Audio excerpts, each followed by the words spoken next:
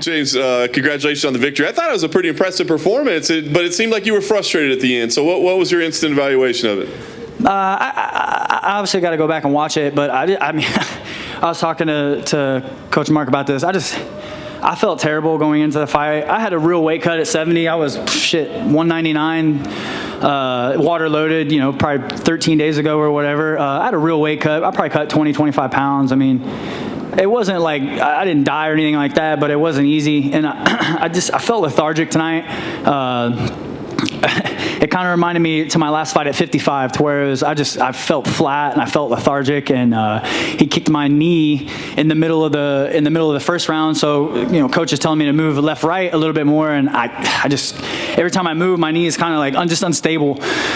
So I had to move a little bit more linear, and when I did that, it opened my stance up a little bit, which is why he was kicking my lead leg out. So normally that's not a problem for me. I can switch and I can adjust, but I just didn't feel sharp tonight. You know what I mean? I didn't feel good. Man, at this point, who gives a shit? You know what I mean? Like 13 days notice against a guy that's never been beaten before. Like on Fight Island, the people don't understand how different of a monster this is. It's up there with the Ultimate Fighter. You know what I mean? Like it's a different animal. To come here, 15.5-hour travel. The sleep schedule is so out of whack. I'm getting like 1 and 2 hours of daylight a day. It starts to mess with your psyche. I mean, it's a different animal, and you got to be mentally tough to fight here. So like I said, I'm not happy with my performance, but I am happy to, given the circumstances, I am happy to come away with a win over a quality opponent. We saw clearly the knee damage in the fight, and then we saw it right here as you're walking in. I mean, I know it'll need some evaluation, but what do you think? Are we talking something serious, or? I think it's torn. I'm not sure. I mean, anything that's like, if it's not flat, anything one side or the other, it just seems like there's no stability at all. That's why he kept saying, move to the right, move to the right. I'm like, I'm trying, motherfucker. Like I almost fell over a couple times. So I kind of just had to, I guess, set a little bit more, which you've watched me fight before. It's not really my style. You know what I mean? Like I like to move a lot. I like to switch a lot, which I didn't want to switch because switching is what got my knee kicked, I believe. It was just, it's the fight game, man. It's the hurt game. So it's just adapt and overcome. I've been doing this for a long time. I feel like that stuff doesn't bother me. I think I even told him, I said, my knee's torn, and he's like, is you okay? I'm like, yeah, I'm fine. I mean, you just figure it out, So I've got quite a bit of experience in dealing with this, so it is what it is. At the end of the day, you walk away with the win, so that's what matters. What does that do, though? I mean, as you're trying to define this balance between fighter and coach, suffering a potential, serious injury like that, does that do anything for you in terms of your decision-making process of what's next? No, I mean, I have so many fighters that are scheduled right now. There's no possible way that's the whole reason I took the short notice fight.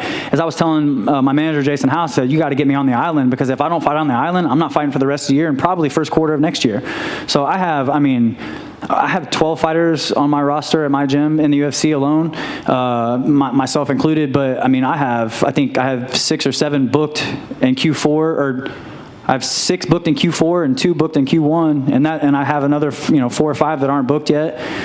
So yeah, I always stay. I'm in the gym constantly, all day, every day, and anytime Mark tells me to take a fight, we took this fight 8 weeks ago, and we accepted it, and they pulled it from us. They said, we're gonna put you in Vegas at a different date, and I said, okay, cool, and we never really heard anything, or it didn't work with my schedule, one of the two. This fight came up like a month ago, and I was like, no, I'm not taking it on short notice. Like I already did it, and they're like offered it again, and then finally, 13 days later, they're like, oh, this fight's still open. I was like, fuck it, whatever, let's do it. You know what I mean? Because if not, I wouldn't fight again. So we like the matchup from, if I have 8 weeks to get ready for this, is a different ball game. You know what I mean? Like it just is what it is. So Mark said go, so we go, and it is what it is. Last thing for me, is there a date circuit on the calendar in 2021? I mean, do you get selfish and tell your guys, hey, you guys stay away from this date because it's mine? No.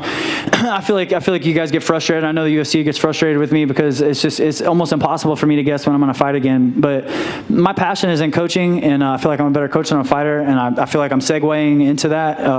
My fighters come first, and I work around them, not the other way around. And it might not be the answer you guys like to hear, but it is the truth. So. James, right here. Might be a weird question, but if you were your coach watching this fight, how would you grade your performance in there? Well, I haven't watched it back yet, so when you ask me that, are you saying how would my performance be just in general or given the circumstances? Given the circumstances. Well, my coach is right there. I mean, let's ask him. I mean, I am not happy with my performance. Once again, I felt lethargic. I felt slow. I know he's seen it. And listen, he knows me better than anybody. And it's almost comical now that we've been doing this so long together. It's like, I know that he knows that I look like shit. And it's like, he knows that I know that he knows that, you know what I mean? We're just like, fuck it, let's go. You know what I mean? So, given the circumstances, beating a guy that's never been beaten on 13 days notice, dealing with the monster of Fight Island, pretty good. You know what I mean? Like, given the circumstances, good. Not taking circumstances into play, I felt like I was slow, lethargic, low volume with the knee. It didn't allow me to move like I like to. You know, I just C-, D+ maybe, if, you know, taking circumstances away. And was there some sort of issue between you and Joaquin Buckley? He seems to say, like... yeah, the dude's a clown, man. Listen, this dude, people just know him from his viral video, for his viral knockout. Beautiful knockout. I'm not going to dog him for that. But the dude's a shitbox. Like, he's from my neck of the woods, and all he does is sit on social media and talk shit all day. So he asked me if he could come train, and I told him to get fucked. Like, I don't want that. I don't want that type of culture in my gym. I don't need that type of culture. No. And he took offense to it, and it is what it is. If he can get it too. How long ago did he ask to train with you? 3-4 weeks ago. He can get it. I'll go back up to middleweight and whoop his ass. I don't give a shit. Like, normally I only need 24 hours to go up to middleweight. He can get it though. We can figure this out. No problem. I know he's got a fight set, but I'll go back up to middleweight for that. No problem.